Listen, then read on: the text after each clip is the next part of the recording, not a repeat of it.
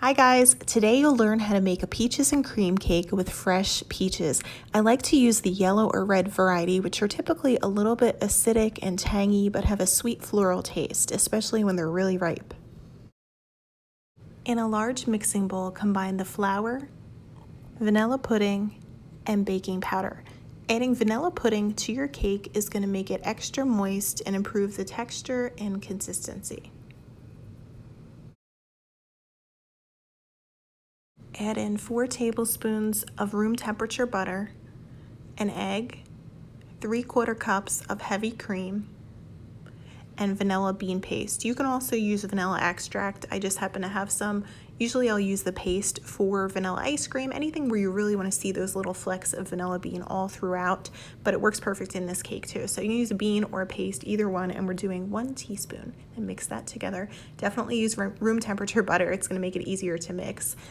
Place that into your pan. I'm just using a springform pan because I feel like it just pops out a little bit easier. I tend to always use that when I make cakes because I'm not a perfect baker. I'm a rustic baker, okay? Like real rustic country style. That's how my cakes always come out, and they taste more delicious that way because they're made with love. And then I'm adding my peaches on top. I just push them down into the batter a little bit and whipping up 1 block of cream cheese. Just make sure your cream cheese is also room temperature. You don't want it to be, warm where it's going to melt. Just a room temperature, and we're making essentially a cream cheese frosting here. So in a minute, I'm going to add in some sugar to that, and then a little bit of honey.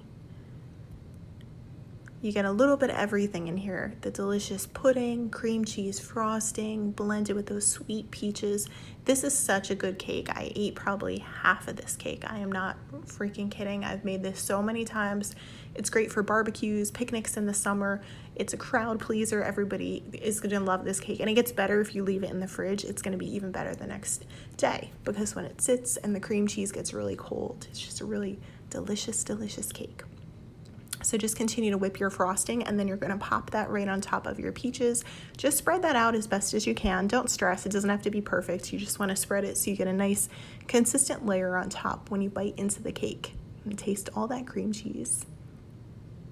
And we're going to do a cinnamon sugar topping. So just mix together a tablespoon of cinnamon, tablespoon of sugar, just like you're making cinnamon toast, cinnamon sugar toast.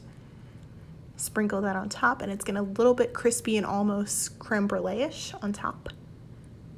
Bake it in the oven for 35 minutes. Full instructions are right down below in the description, so you guys can always check there and screenshot that. And then when you pop it out of the oven, I let that cool.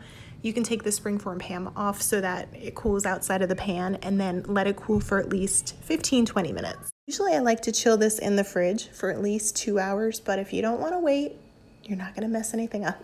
As long as you let it cool at least 15-20 minutes, then you can go ahead and slice into it.